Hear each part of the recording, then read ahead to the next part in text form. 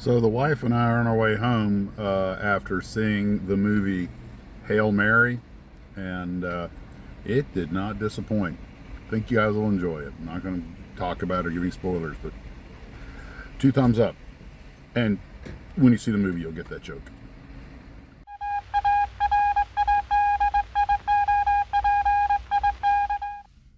So last night I was watching YouTube videos and decided to tinker on another kit while I did. This is kind of becoming a thing of late. I don't know why. It's just I feel like working on something, but I don't want to go back out to the TARDIS and get everything set up. So this time I plucked this Hobbycraft Piper Cub. I open it up and I'm like, oh, that looks pretty simple, pretty straightforward. I can build that here at the desk. But I'm like, where are the fuselage halves? Is this thing missing something? And then I realized this had clear fuselage halves. I don't know why. I'm not sure what the idea was, just to do something different or easier than printing separate windows. I don't know. I can only assume it was just a novelty thing. So I go ahead and start tinkering on it. I think I put on YouTube, put on the original Japanese version of the original Godzilla to run that in the background while I was watching it. And I was thinking, my wife just did a Wonder Woman doll recently. This could be her invisible plane, as if Wonder Woman would ever be crossing the globe in a J-3. But as I built the kit, I realized this kit left a lot to be desired. The moldings are fine. That's not a problem. It looks good. But it had, except for the fuselage halves and the slots where the wings and tail went in, it had no alignment pins on anything. The landing gear and all that stuff, you have to just sort of fit it where you think it goes. I mean, there's a slot for the main landing gear, but then when the bungee support shock absorber system goes in behind that, it doesn't have it. There's no, like, okay, where exactly am I supposed to place this? I know the top goes across it just, everything about it was the seats, the control stick, all that stuff. It was all blind. It was, and it tells you, put the 2 seats on top of this common bar control stick, but there's no place to actually do that. You just sort of lay it on there, glue it in place, let it harden, then fit it in the airplane. And again, the seats just wherever you want to move them in the airplane. The back of the cabin area is these 2 pieces of wall. Same thing, just put them there and there, and sort of just Kentucky winches that bad boy. The firewall's the same way. The engine, all that fit together okay. It did not fit properly under the 2 cowling shells. It was, it wasn't horrible. It wasn't anything that was hard to fix, but when I would try to squeeze the little cowling halves together, it would push everything inside out of place. It just didn't. Come on, guys. 2 little holes, 2 little alignment pins. That's all it takes. And the tight fit of the front made the engine and cowling very hard to get on and get into place. And the little I don't know if they were supposed to be, I don't think they're not exhaust. Those got to the bottom. I don't know if there were feed lines for the cylinders or what, but they didn't quite line up quite right, which is sad because the moldings are actually quite good. But all of the parts fit okay as far as like the other clear parts, and the tail, the horizontal stabilizers fit in without any trouble. But they did have pins, but they were so tiny as to almost be useless. So there's not much holding that tail on. The rudder, you just set it on top. Of course, it kind of naturally aligns, but the tail wheel was a little confusing about exactly how it went in. Probably the worst part was the struts, and I haven't even put the mid braces on yet. I don't even know if I'm going to bother with it. I'm not going to go any further with this thing. I'm not going to bother painting it because I think it's kind of cool as a novelty as a clear plane, but that sort of defeats the purpose in painting it.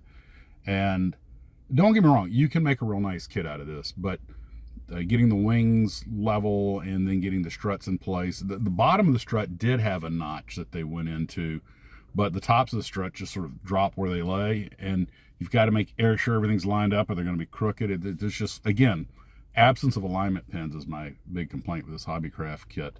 And it is definitely for the perhaps slightly more advanced builder. It's 1/48 scale, so thankfully it's not too small, too tiny to deal with. And I don't give you the wrong impression. It's not, quote unquote, a bad kit. It's nice moldings with some fitting issues and alignment issues. Will admit maybe just a little disappointed in it because of that. But when it's all together, it does shape out right. It looks like a J-3 Cub. So I'm good with that. I still not sure what the idea behind making everything clear was. Maybe you guys have some input on that. And if you're going to paint this thing, what I would recommend doing, you're going to have to mask the inside of the fuselage as well as the outside for the windows, because it and the fuselage are all one clear slab. But I would say you could probably get away with just airbrushing the outside first with the primer coat, which needs to be the interior color, and then with whatever else. Or you could paint the inside the color that you want it. Most Cubs I've flown, the cockpit inside was black. The rest of it was just sort of a gray, which was because it was the inside of the doped skin. And if you're going to do military, you just make the whole thing all drab. You could paint one side and leave the other side open, sort of a see-through airplane. I actually at one point considered making a little structure to make the interior ribbing and everything, so you'd like see through and see, oh, like a see-through model. But scratch building all that stuff at 1/48 scale, it was a little more than I could handle. That would be a good photo etch product if you had the interior where you can, that would be kind of cool. But I don't know anybody that makes a photo etch kit for that. And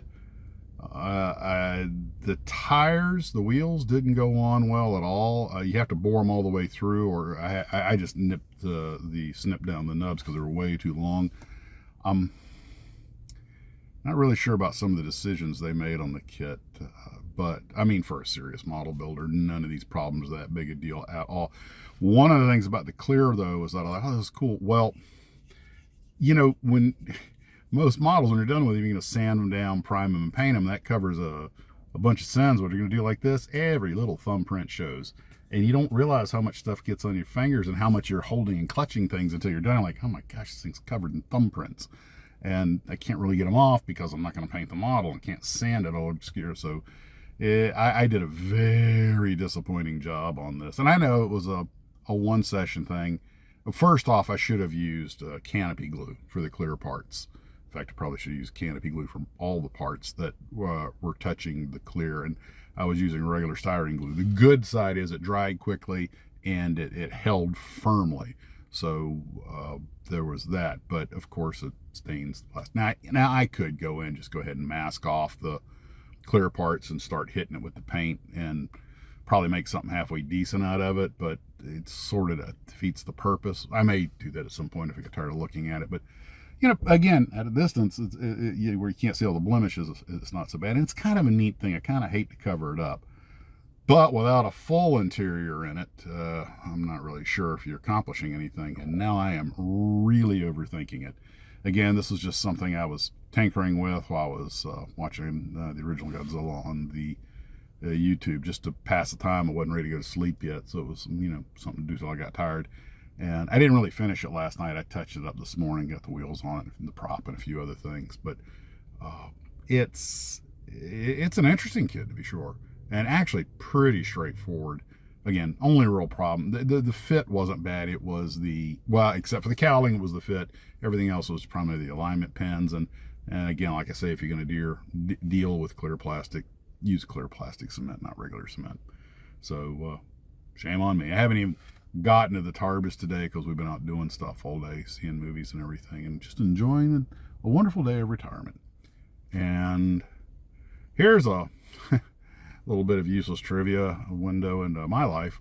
April 1st is my 1-year anniversary from when I retired from the airlines, and I have a dentist appointment to fix a broken tooth. Way to celebrate that holiday. Hey guys, quick little tangent before I go. Actually, a couple of them. The Gateway RC Club in Jacksonville, Florida, March 27th and 29th is having the First Coast Warbird event. And on Saturday, June 6, 2026, Florida's largest model car show and swap meet, Southlands, is going to be taking place at Higgins Hall in Tampa, Florida.